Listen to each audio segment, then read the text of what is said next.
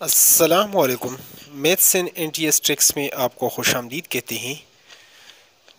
आज की ये वीडियो हमने जो सिलसिला स्टार्ट किया था ग्रेड फोर्थ और फिफ्थ से पीएसटी की तैयारी के लिए, उस पर तकरीबन ये लास्ट वीडियो है, या इसके बाद जो वीडियो होगी एज ए जर्नल सारे चैप्टर्स में एक वीडियो हम बनाएंगे। वो तकरीबन इसके बाद जो वीडियो होगी वो लास्ट वीडियो होगी। बाकी इसके बाद इंशाल्लाह हम ग्रेड सिक्स की तरफ जाएंगे।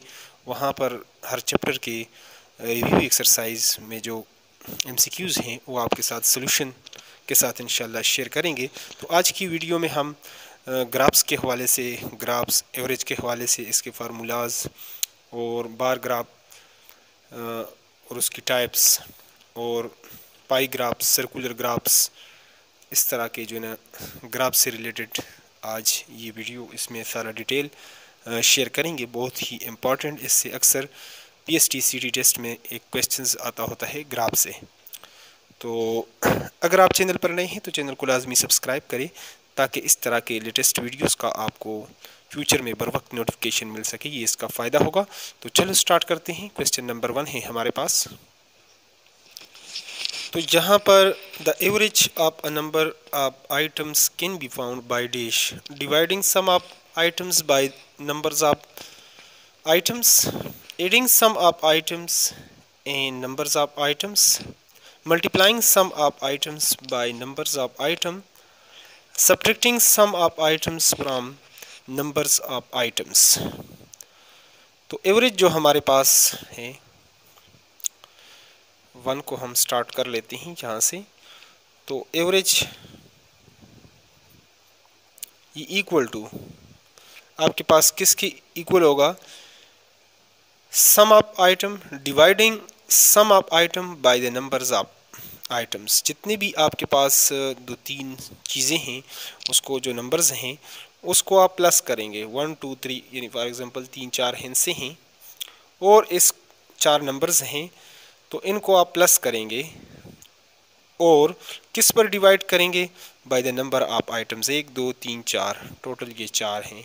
तो ये जो चीज़ हैं, हम जितने भी उसको नंबर्स होते हैं उसको अगर हम डिवाइड कर लेते हैं तो ये हमारे पास आंसर आ जाता है। तो यहाँ पर ए ऑप्शन में हमने डिवाइडिंग सम ऑफ आइटम हमने इसको सम कर दिया, जमा कर दिया, by the number of item पर हमने इसको डिवाइड कर दिया। लिहाजा ये ए ऑप्शन जो है ये आपके पास बिल्कुल करेक्ट है। यहाँ पर ये अगले एमसीक्यूज, जो दूसरा एमसीक्यूज है यहाँ पर, इफ़ अ स्टूडेंट्स गॉट 19 21 22 24 और 19 marks in a different subjects in the monthly test, has average marks will be।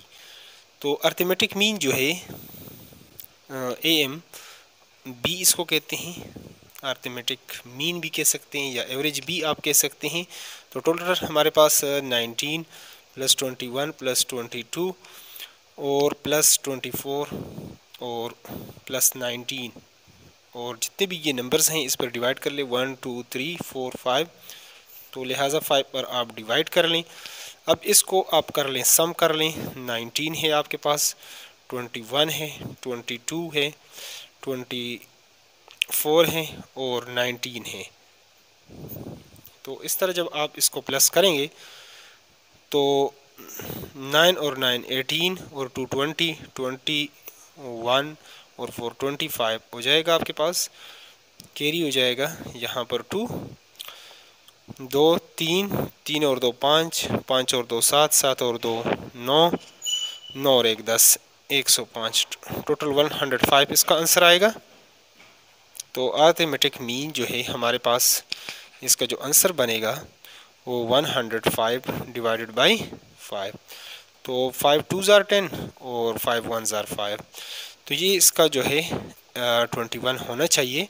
तो अब देखते हैं ऑप्शन में 21 आपके पास यहाँ पर सेकंड ऑप्शन में मौजूद है, तो ये बी ऑप्शन जो है ये आपके पास बिल्कुल करेक्ट है।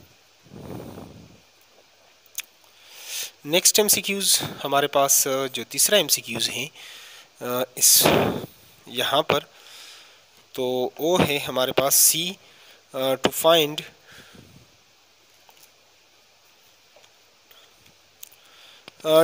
the sum of some values whose average is known, the following formula is used.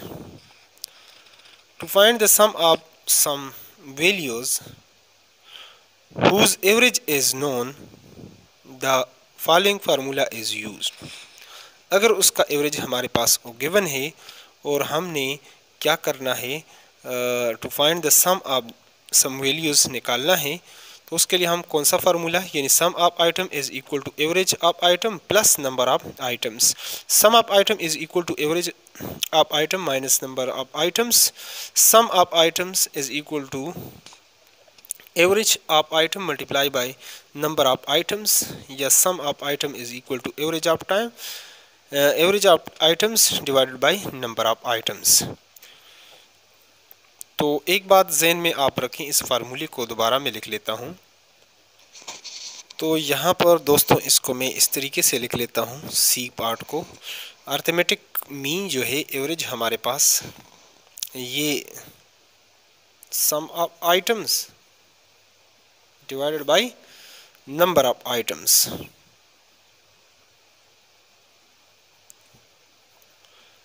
लेकिन यहाँ पर उसने जो बात पूछी हुई है वो कहते हैं to find the sum of some values, उसका हम सम्स निकालेंगे. तो ये चीज़ अगर यहाँ से आपको चाहिए तो ये जो नीचे जो डिवाइड में है ये दूसरी तरफ जाकर मल्टीप्लाई हो जाएगा. तो ये हमारे पास आ जाएगा सम ऑफ आइटम्स हमारे पास इक्वल होगा equal to average of item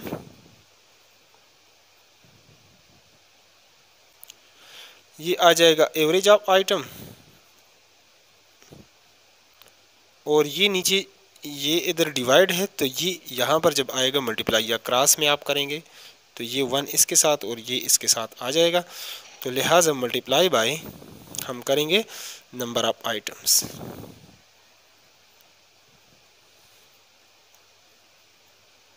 तो यहाँ पर आप देख सकते हैं कि ये फार्मूला आपके पास सी ऑप्शन में मौजूद है. Sum of item is equal to average of item multiply by number of item.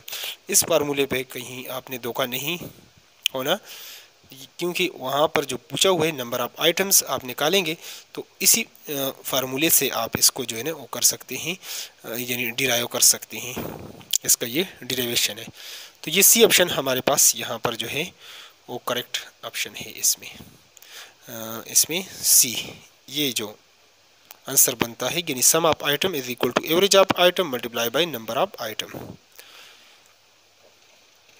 तो अगले एमसीक्यूज डी की तरफ चलते हैं. तो यहाँ पर जो क्वेश्चंस पूछे, if the sum of some quantities is 600 and the average is 50 then numbers of quantities will be. यहाँ पर भी क्वेश्चंस को थोड़ा सा घुमा फिरा कर पूछा गया है. तो एज यानी अर्थमेटिक मीन जो एवरेज है हमारे पास वो किसके इक्वल होता है, sum of item divided by number of items. तो यहाँ पर आप देख रहे हैं कि if the sum of some quantities is 600 and the average यहाँ पर दिया हुआ है, तो एवरेज हमारे पास है 50 के इक्वल और सम ऑफ आइटम्स वो आपके पास 600 है. लिहाजा नंबर ऑफ आइटम्स आपने फाइंड आउट करना है. नंबर ऑफ क्वांटिटी या आइटम्स जो है एक ही चीज़ है. तो ये आपको फाइंड आउट करने के लिए दोनों तरफ आप इसको क्रॉस मल्टीप्लाई करेंगे तो नंबर ऑफ आइटम्स यहाँ पर आ जाएगा. तो इस तरीके से ये हमारे पास बन जाएगा नंबर ऑफ आइटम्स और क्वांटिटीज़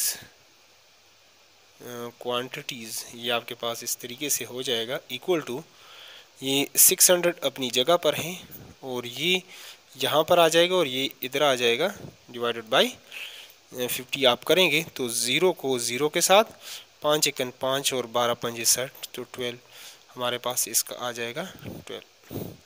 तो यहाँ पर आप देख सकते हैं कि ये आपके पास मौजूद है सेकंड ऑप्शन में. तो यही हमारे पास करेक्ट आंसर है.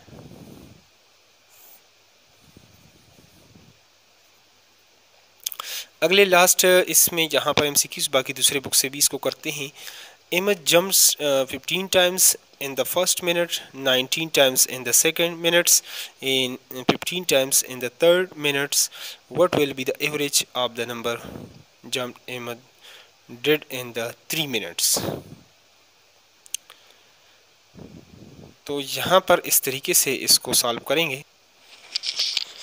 तो यहाँ पर एवरेज इसका हम इस तरीके से फाइंड आउट करेंगे कि हमारे पास पहले पे 12 फिर 9 फिर 15 है, ये ग़ालिबन इसकी वैल्यू है 12, 9 और 15।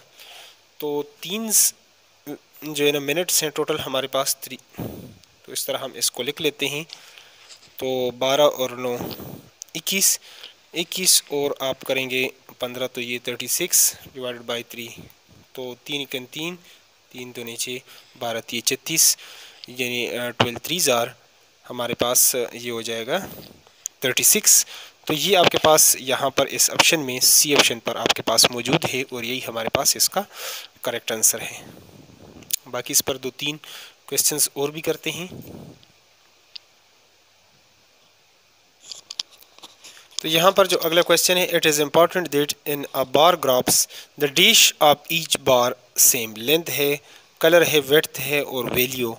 तो इसमें दोस्तों जो करेक्ट आंसर है वो विड्थ है। और विड्थ क्यों है? तो अगर कोई भी आपके पास बार ग्राफ है फॉर एग्जांपल इस तरह का, तो ये जो बार है इसकी विड्थ जो है, चौड़ाई हमेशा ये इक्वल, आपस में जो डिस्टेंस है ये भी इक्वल होना चाहिए, ठीक है, उस हिसाब से। और ये जो विड्थ है इसकी, ये और ये जो बने हैं बार, तो इसकी विड्थ जो है ना हमारे पास इक्वल होनी चाहिए, इसका रूल्स है। तो इसलिए सी ऑप्शन हमारे पास यहाँ पर करेक्ट है। तो बाकी इसकी ऊंचाई जो है ना, ज़ाहिरी बात है वो तो इक्वल नहीं हो सकती, ऊपर नीचे ही होगी हमारे पास। तो आगे हैं बी ऑप्शन हमारे पास। ये अब बार ग्राफ किन भी आप डैश टाइप्स हैं, 2 टाइप्स है, 3 टाइप्स है, 4 टाइप्स है और 5 टाइप्स है। तो दोस्तों इसकी होती है हमारे पास 2 टाइप्स, एक होता है हॉरिजॉन्टल, और एक होता है वर्टिकल। वो किस तरीके से होते हैं तो चलो वो भी आपको बता दूं यहाँ से। तो दोस्तों ये 2 टाइप्स हैं। जिस तरह ये हमारे पास वर्टिकल्स हैं, या इस पेज पर आप देखेंगे तो यही चीज़ इस तरीके से हॉरिजॉन्टल बनाई गई है। तो ये 2 टाइप्स होती हैं बार ग्राफ्स की। तो ये हमारे पास इसकी जो है ना वो जस्टिफिकेशन भी है। तो अगले जो क्वेश्चन है आगे नेक्स्ट हमारे पास C part, this is also called a circular, या सर्कल ग्राफ भी कहते हैं, या सर्कुलर ग्राफ भी इसको कहते हैं। तो ये कई बार ये एनटीएस या ईटा में ये क्वेश्चन आ चुका है। इसको पाई चार्ट, लाइन ग्राफ और वर्टिकल बार ग्राफ्स और हॉरिजॉन्टल बार ग्राफ्स। तो दोस्तों ये पाई जो बेसिकली है इसका ताल्लुक़ सर्कल से है, और सरकम्पेरेंस और डायमीटर की जो रेशो है वो बेसिकली उसको कहते हैं पाई। तो ये जो सर्कुलर ग्राफ आपके पास बनता है ये यहाँ पर, और सेक्टर में इसको जो है ना वो किया जाता है, डिवाइड किया जाता है। तो इसको हम पाई ग्राफ भी कहते हैं और सर्कुलर ग्राफ भी कहते हैं। तो लिहाजा यहाँ पर जो है ये जो दिया हुआ ऑप्शन है pie chart is also called a circular graph या सर्कल ग्राफ। तो ये ए ऑप्शन हमारे पास इसमें करेक्ट है। अगले बुक्स के एमसीक्यू से भी 2-3 एमसीक्यूज करते हैं, वो भी बहुत इंपॉर्टेंट है। तो यहाँ पर आप देख रहे हैं D part, a dish is drawn by joining the dots representing the quantities of a given value in the questions. Pie chart में करते हैं, ये लाइन ग्राफ्स में करते हैं, वर्टिकल बार ग्राफ्स में कहते हैं, हॉरिजॉन्टल बार ग्राफ में ये आप करते हैं। तो दोस्तों ये आप करते हैं। तो दोस्तों यहाँ पर ये आप देख चुके हैं, ये डॉट, ये डॉट, ये डॉट, ये डॉट, ये डॉट, इसको मिलाया जाता है, ठीक है, एक लाइन। तो ये हमारे पास हम करते हैं लाइन ग्राफ में। अगले एमसीक्यूज़ की तरफ चलते हैं।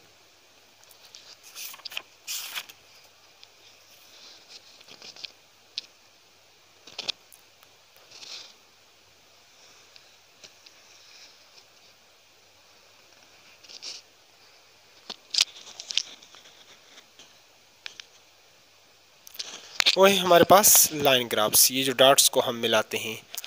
अगले बॉक्स से भी करते हैं 1-2 एमसीक्यूज़।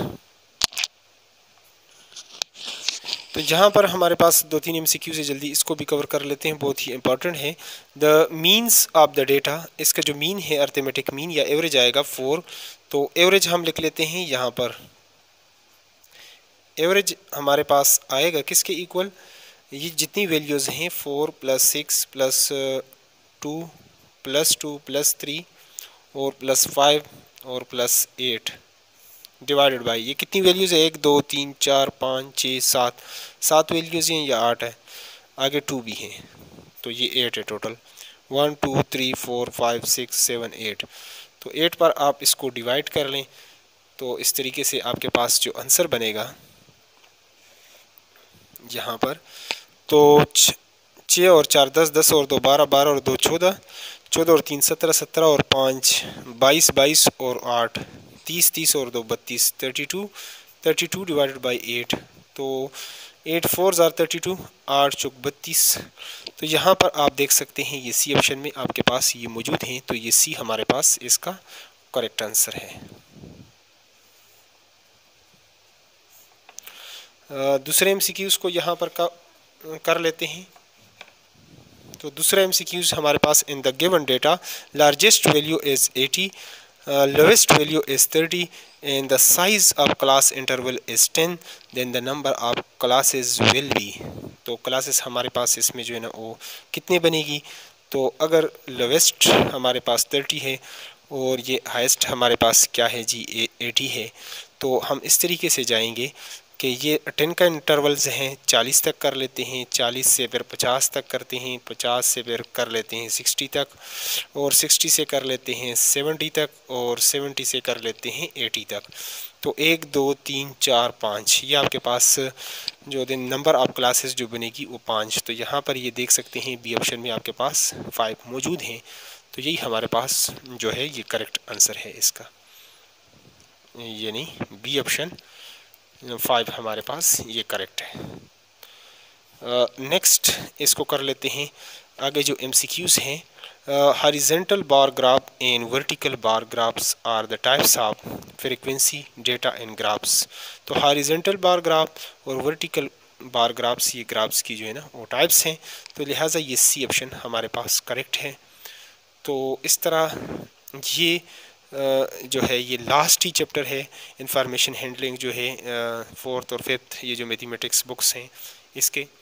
तो इसके बाद हम एक journal video LCM HCF million billion जितना ये हमने पढ़ा है डेसिमल, इसमें से एक बेहतरीन हमारे पास एक टेस्ट पढ़ा है 30 MCQs का, वो भी आपके साथ बहुत मुफीद होगा। एरिया पैरामीटर सारा इस बुक का मतलब एक छानबीन है, तो वो आपके साथ शेयर करने के बाद इंशाल्लाह हम जाएंगे ग्रेड 6 तक, और फिर ये इंशाल्लाह सिलसिला हम जो है ना PhD टेस्ट से पहले कवर करेंगे, और ग्रेड 10 तक इस तरह मशकी जो MCQs हैं इसको हम सॉल्व करेंगे आपके लिए। तो अगर आपको वीडियो अच्छी लगी है तो वीडियो को लाजमी आप लाइक करें, क्योंकि इस पर आपके पैसे नहीं लगते, और चैनल पर अगर आप नए हैं तो चैनल को लाजमी सब्सक्राइब करें, ताकि इस तरह की इम्पॉर्टेंट वीडियोस का आपको फ्यूचर में बर वक्त नोटिफिकेशन मिल सके, ये इसका फ़ायदा होगा। Thanks for watching the video.